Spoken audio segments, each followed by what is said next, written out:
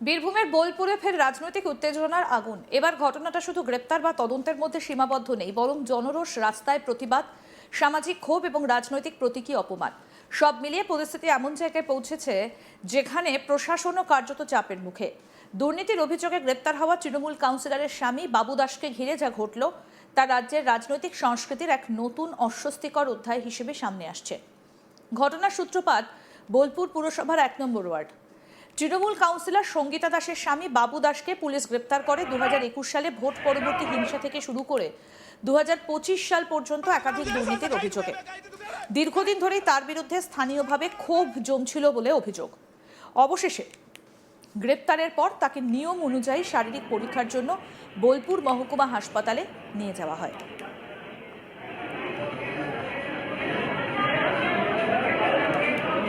কিন্তু হাসপাতাল থেকে বেরোনোর সময় পরিস্থিতি সম্পূর্ণ বদলে যায়। আগে থেকেই সেখানে জড়ো হওয়া একদল ক্ষুব্ধ মানুষ তার বিরুদ্ধে বিক্ষোভ দেখাতে শুরু করে। অভিযোগ অনুযায়ী সেই সময় শুরু হয় তীব্র গালিগালাজ, ধাক্কাধাক্কি এবং জুতো ছোড়ার মতো ঘটনা। পুলিশ দ্রুত তাকে ঘিরে নিরাপত্তা বলয় তৈরি করে পরিস্থিতি নিয়ন্ত্রণে আনার চেষ্টা করে।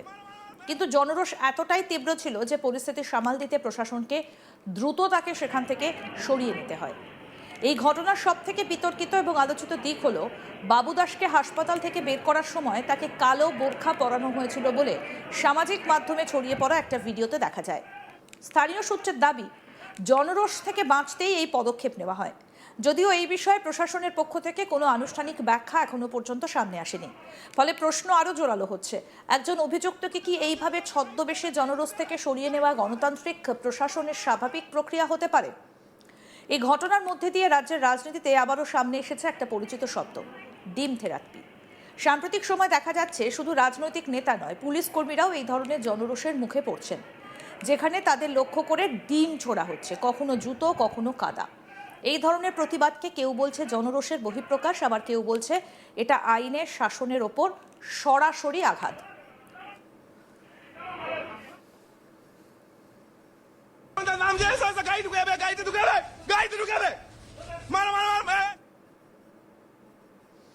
বীরভূমের এই ঘটনাও সেই একই চিত্র। গ্রেপ্তার হওয়া ব্যক্তিকে কেন্দ্র করে জনতার ক্ষোভ এতটাই তীব্র ছিল যে আইন শৃঙ্খলা বাহিনীকে হিমশিম খেতে হয়েছে। কিন্তু প্রশ্ন হলো, এই ক্ষোভ কি শুধুই এক ব্যক্তির বিরুদ্ধে, নাকি এর পেছনে রয়েছে দীর্ঘদিনের জমে থাকা দুর্নীতি, রাজনৈতিক ক্ষমতার অপব্যবহার এবং প্রশাসনিক ব্যর্থতার প্রতি মানুষের অসন্তোষ? আমাদের প্রতিনিধি শান্তনু হাজরা কি প্রতিবেদন তুলে ধরেছেন, আসুন দেখাই। বোলপুর পৌরসভার 1 নম্বর ওয়ার্ডের তৃণমূল কাউন্সিলরের স্বামীকে পুলিশ গ্রেপ্তার করেছে। আর গ্রেপ্তারের পরই নানান নাটকীয় চিত্র কিন্তু উঠে আসে।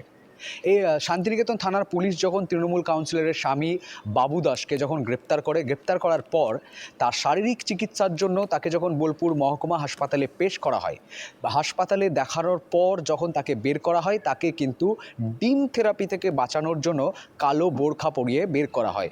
তবে শেষমেশ এই কালো বোরখা তাকে কিন্তু রেহাই দিতে পারলো না। মূলত দেখা গেল আম জনতা, ক্ষুব্ধ জনতা, তাদের পরনে যে পায়ের হাওয়াই চপ্পল, সেই চটি পেটা করলো তৃণমূল কাউন্সিলরের স্বামী বাবু দাসকে। রীতিমতোই বাবু দাসকে যখন এই বাবু দাসের পরিচয় হচ্ছে, যেমন তৃণমূল কাউন্সিলরের স্বামী বাবু দাস, তার স্ত্রী কিন্তু শুধুমাত্র নামমাত্রই কাউন্সিলর ছিল। বাকি খাতায় কাগজে তার স্ত্রী যদি কাউন্সিলর থাকে, কিন্তু এই কাউন্সিলরের স্বামী বাবু দাস শান্তিনিকেতন এবং প্রান্তিক লাগোয়া এলাকায় লাগাতার কিন্তু বিভিন্ন ধরনের তোলামানি, কাটমানি খেতেও এমনই অভিযোগ করছে আম জনতা এবং শান্তিনিকেতন ও প্রান্তিক বাসিন্দারা। তাদের অভিযোগ আরও রয়েছে যে এই শান্তিনিকেতন এবং প্রান্তিক এলাকায় যে ধরনের বিলাসবহুল অবৈধ নির্মাণ হোটেল, রেস্তোরাঁ উঠেছে, সেই হোটেল থেকে মাসে কিন্তু মাসোহারাও নিত, এমনও অভিযোগ কিন্তু আসছে সামনে।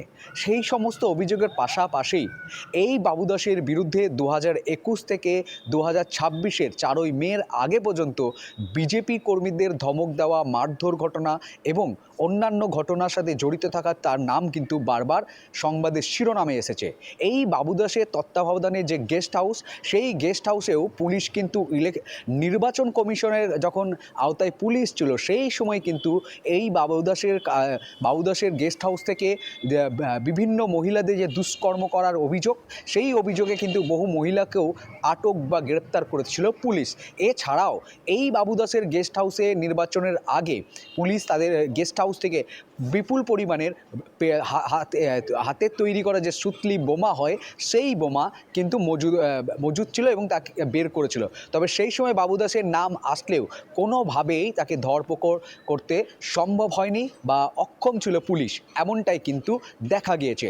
লাগাতার শান্তিনিকেতন এবং প্রান্তিক এলাকায় যে ত্রাসের অপর নাম ছিল বাবুদাস, সেই বাবুদাসকে কিন্তু জনতা, ক্ষুব্ধ জনতা একেবারে পরনের চটি নিয়ে চটি পেটা করলেন, হাতে ডিম নিয়ে কেউ অপেক্ষা করলেন, ডিম থেরাপির জন্য কালো বোরখা পরে হাসপাতাল থেকে বেরিয়ে আসলেন এবং শেষমেশ দেখা গেল আদালতে যখন বাবুদাসকে পেশ করা হচ্ছে তার কোমরে দড়ি বেঁধে কিন্তু তাকে কিন্তু চোর চোর স্লোগানও দিচ্ছে পিছন থেকে, তাকে কিন্তু বের করা হয় এবং তাকে আদালতে পেশ করা হয়।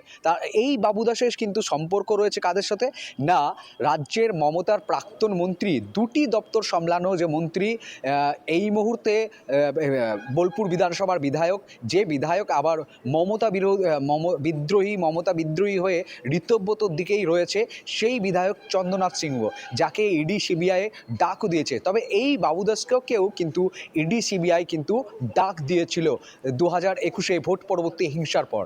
এক কথায় পুলিশকে এ বিষয়ে জানতে চাওয়া হলে যে বাবুদাসকে কোন অভিযোগে তাকে গ্রেপ্তার করা হয়েছে তা কিন্তু স্পষ্ট করেনি থানার পুলিশ। অন্যদিকে দেখা গিয়েছে যে প্রতিবেশী জেলা পূর্ব বর্ধমানের দাতা লালুন, তাকে গ্রেপ্তারের পর একদিনের মধ্যেই কিন্তু পুলিশ ছেড়ে দিতে বাধ্য হয়েছে।